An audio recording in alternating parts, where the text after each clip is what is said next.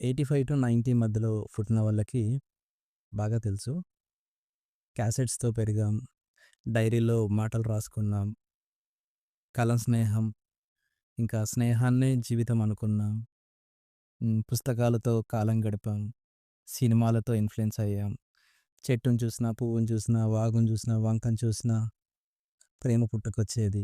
నేను కొన్ని సినిమాలకి ఇన్‌ఫ్లూయెన్స్ అయ్యాను. కొందరిని పుస్తకం మారుస్తే నాకు కొన్ని సినిమాలు మార్చాయి.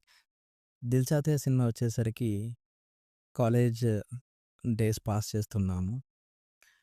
జీవితంలో కొన్ని కొన్ని భయాలని పంచుకోవడం నేర్చుకున్నాము ఆ సినిమాతో. వరంగల్ నుండి పారిపోయి హైదరాబాద్‌కి రావడము. అలా హైదరాబాద్‌కొచ్చిన తర్వాత గౌతమ్ నగర్ ఏరియాలో షేరింగ్ రూమ్‌లో రెంట్‌కున్నప్పుడు 'రాక్ ఆన్' మూవీ అని వచ్చిందొకటి. 'రాక్ ఆన్' సినిమా కంప్లీట్‌గా యూనో ఫ్రెండ్స్ వారి యొక్క ప్యాషన్‌ని వదులుకొని మళ్ళీ వారి వారి జీవితాల్లోకి ఎళ్ళిపోయి, మళ్ళీ ఏదో ఒక టైంలో రియలైజ్ అయిపోయి, మళ్ళీ అందరూ కలిసి అదొక మ్యూజికల్ రిలేటెడ్ జర్నీ. ఈ సినిమా చూసిన తర్వాత నాలో ఉన్న ప్యాషన్ యూనో ఫోటోగ్రఫీ ప్యాషన్‌లోకి మళ్ళీ వెళ్ళాలి. మోటివేషన్ అనుకోవచ్చు లేదా ఇన్‌ఫ్లూయెన్స్ ఆ సినిమా నాకు చేసింది. ఆ తర్వాతే నేను జాబ్ మానేసి ఈ కెమెరా చేత పట్టుకొని ఫోటోగ్రఫీ, సినిమాటోగ్రఫీ ఈ ఫీల్డ్‌లోకి రావడం జరిగింది. దాంతో పాటు రైటింగ్‌లోకొచ్చాను. రైటింగ్‌లోకొచ్చి ఒక 2 పుస్తకాలు రాసుకున్నాను.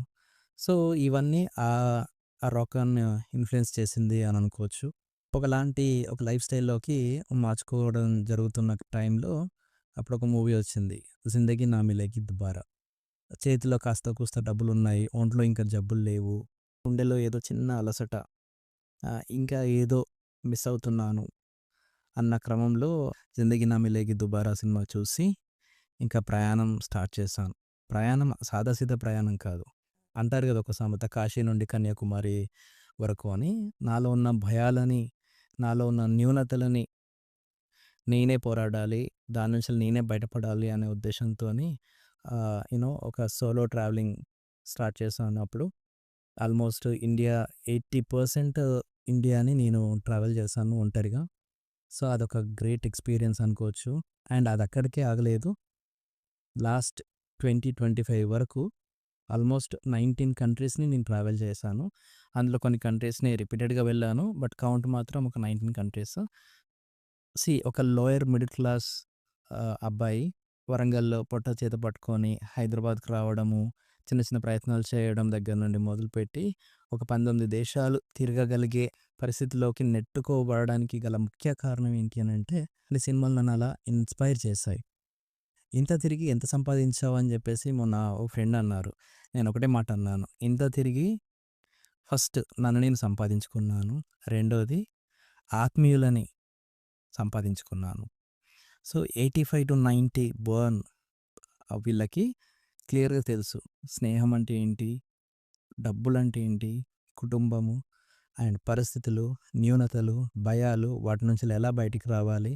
అండ్ చిన్న చిన్న విషయాల మీద, చిన్న చిన్న అంశాల మీద ఎంత సున్నితత్వంగా ఉంటారో వీళ్ళలో ఆ ఇంటెన్సిటీ మోతాదనేది ఇంకొంచెం ఎక్కువగా ఉంటుంది. సో, ముఖ్యంగా ఈ 3 సినిమాలైతే 'Dil Chahta Hai', 'rock on' and 'Zindagi Na మిలేగి దుబారా' ఈ సినిమాలు చూసిన వాళ్ళకి తెలుసు. ఇవి సినిమాలు కావు. ఇవి చూస్తున్న ప్రతిసారి మనలో ఆ 20 ఏజ్ గ్రూప్‌లో ఉన్న ఆ పిల్లాడు మరీ మరీ బయటకొచ్చేసి మనల్ని చూస్తా ఉంటాడు. సో, నా మటుకు కొన్ని సినిమాలు సినిమాలు కావు. అవి జీవితంతో పెనవేసుకున్న ఒక అద్భుత ఘట్టాలు అని నేను ఫీల్ అవుతాను. సో, మీ లైఫ్‌లో కూడా ఇలాంటి మెమోరీస్ ఉన్నాయా? ఉంటే కామెంట్ చేయండి. Thank you.